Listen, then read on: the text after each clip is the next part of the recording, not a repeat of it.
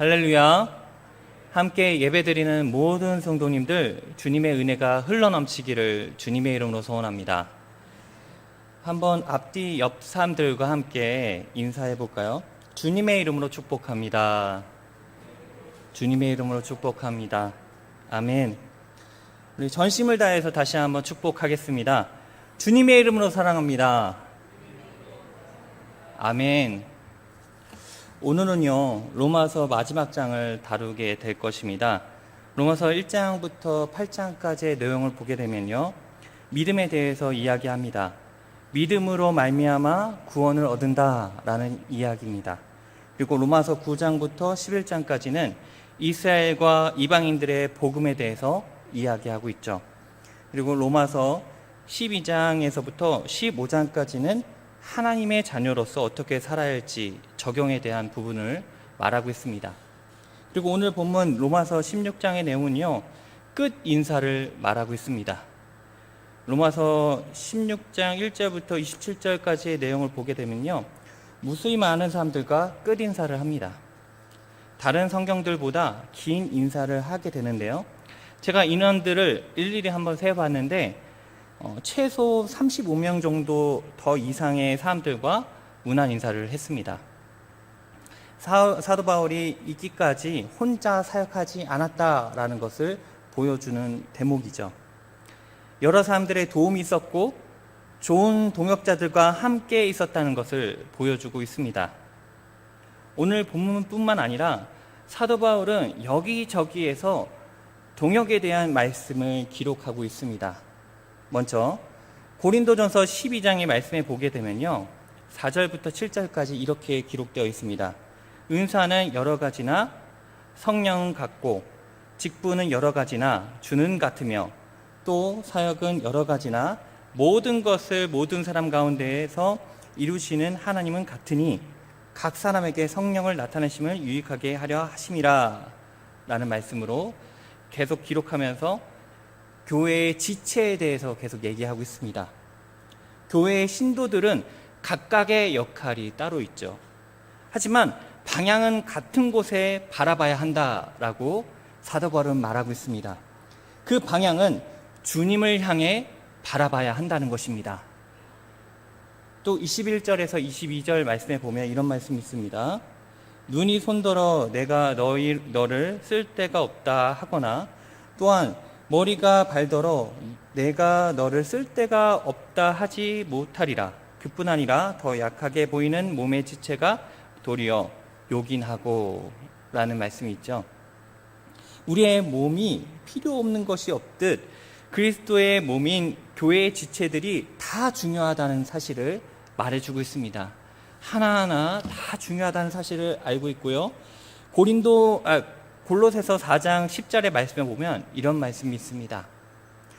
10절의 말씀에 보면 나와 함께 갇힌 아리스다고와 바나바의 생질 마가와 이 마가에 대하여 너희가 명을 받았음에 그가 이르거든 영접하라. 여러분, 바울은 마가 때문에 바나바와의 사이가 멀어집니다. 다툼이 일어납니다. 바나바는 바울을 변호를 되게 많이 했고 헌신을 다해 도와준 동역자였습니다. 처음에 바울이 예수님을 믿는 신자들 잡아들이고 죽였습니다. 그런데 다말섹에서 예수님이 바울에게 임하십니다. 결국 바울이 예수님께 회개하고 예수님을 믿게 되었죠.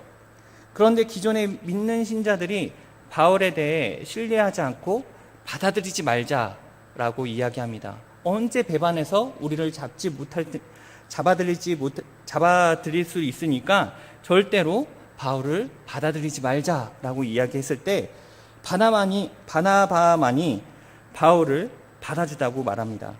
심지어 바나바와 바울이 함께 1차 전도 여행을 떠납니다. 2차가 되었을 때쯤 바울은 마가를 데려가지 말자라고 이야기하고 바나바는 마가를 함께 데려가자라고 이야기합니다.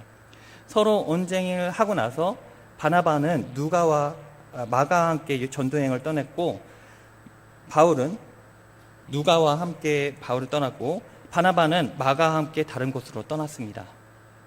그런 악연이 있는데도 불구하고 바울은 마가에게 문안 편지를 보냅니다. 심지어 디모데후서 4장 11절의 말씀에 보면 이런 말씀이 있습니다.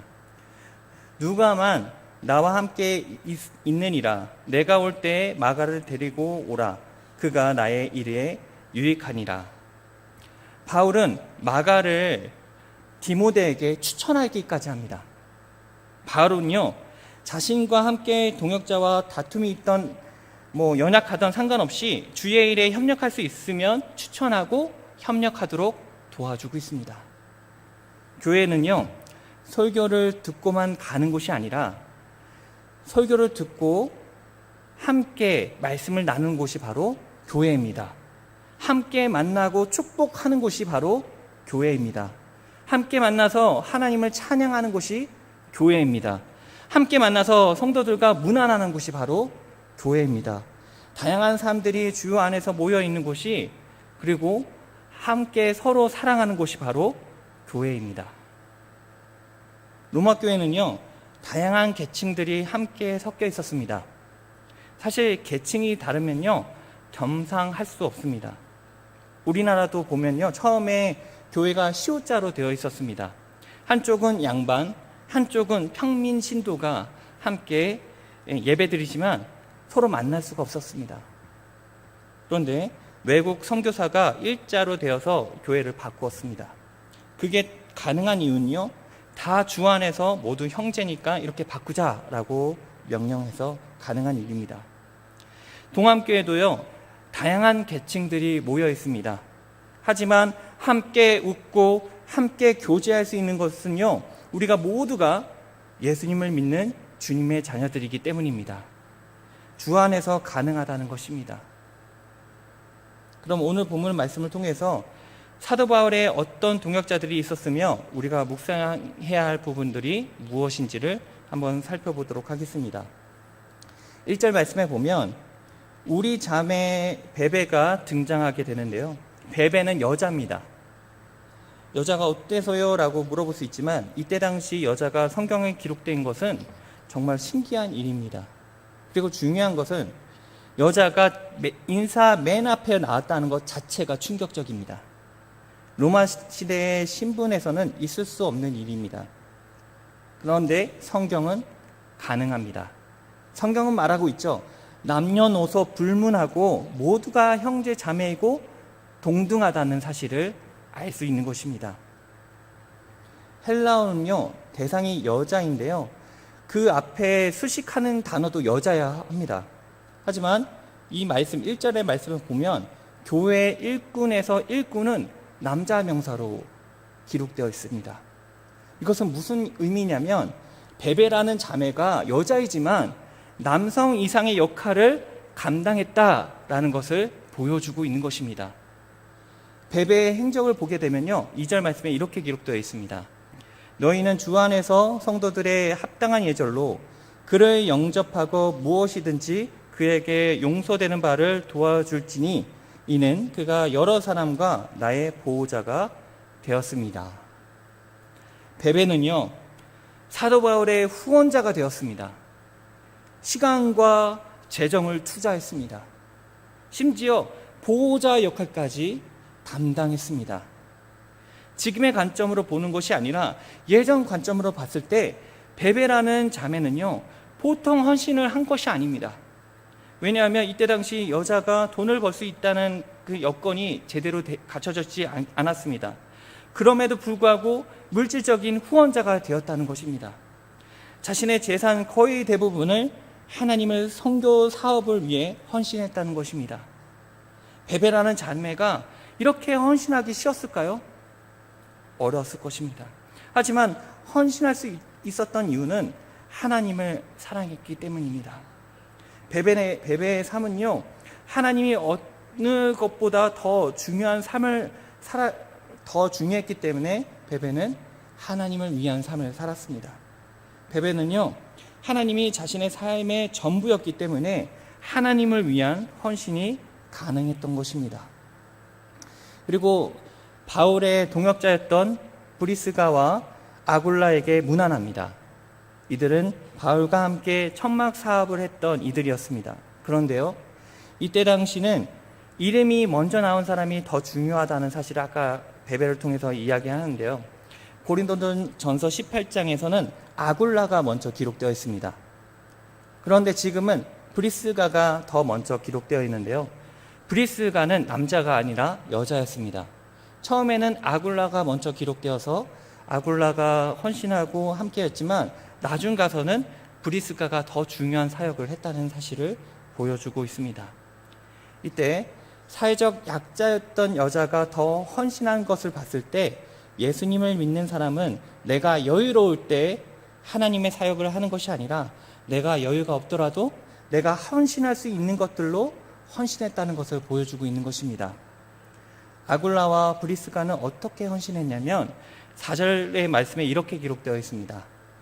그들은 내 목숨을 위하여 자기들의 목까지도 내놓았나니 나뿐 아니라 이방인의 모든 교회도 그들에게 감사하느니라. 브리스가와 아굴라는 하나님을 위하여서 목숨을 걸고 사역했습니다. 그 영향력은요, 바울뿐만 아니라 이방 교회들도 도움을 받았습니다. 특히 5절 말씀에 보면요, 그들은 자신의 집까지 제공해야 했다는 것입니다. 자신의 집을 공개하는 것은요, 쉽지 않습니다. 자신의 모든 것을 보여지는 곳이기 때문입니다. 집을 공개하면요, 자신의 사생활이 없게 된 것입니다.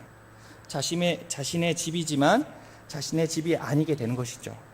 그럼에도 불구하고 그 부부는 집까지 제공하였습니다.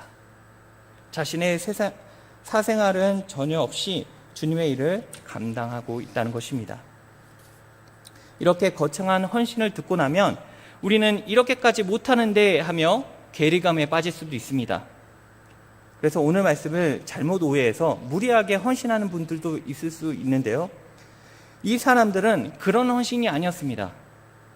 이들은 억지로 하지 아니하고 자원함으로 자발적으로 했다는 점입니다.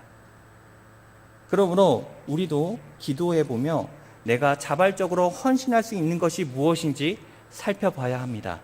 그래서 자발적으로 헌신함이 이루어졌을 때 도움을 줄 수 있는 사람들도 도움을 받을 수 있는 사람들도 서로 윈윈할 수 있게 되는 것입니다. 우리 7월 말부터 8월 중순까지 우리 유초등부, 중고등부, 여름성경학교 수련회를 통해서 선생님들의 자발적인 헌신과 스태프들의 자발적인 헌신이 없다면 여름 행사를 마칠 수 없었을 것입니다. 교회는 어떠한 한 사람의 능력으로 되는 것이 아닙니다. 하나님께서 각자의 은사를 통해서 서로 합력하여 선을 이루는 그 곳이 바로 교회일 줄 믿습니다. 사도 바울은 이런 사실을 너무나도 잘 알고 있었습니다. 그래서 사도 바울이 이렇게 사역할 수 있었던 것은 수많은 사람들의 헌신으로 함께 동행할 때 가능하다는 것입니다. 그러기에 성의껏 도와준 분들에게 문안 인사를 드렸던 것입니다. 그래서 주 안에서 함께 도와주고 협력하며 서로를 격려하는 동학교의 모든 성도님 되길 주님의 이름으로 소원합니다. 그래서 동암교회가 주님 보시기에 기뻐하며 주님 보시기에 더욱더 잘했다 칭찬받는 동암교회의 모든 성도님 되길 주님의 이름으로 소원합니다. 우리 함께 기도하겠습니다.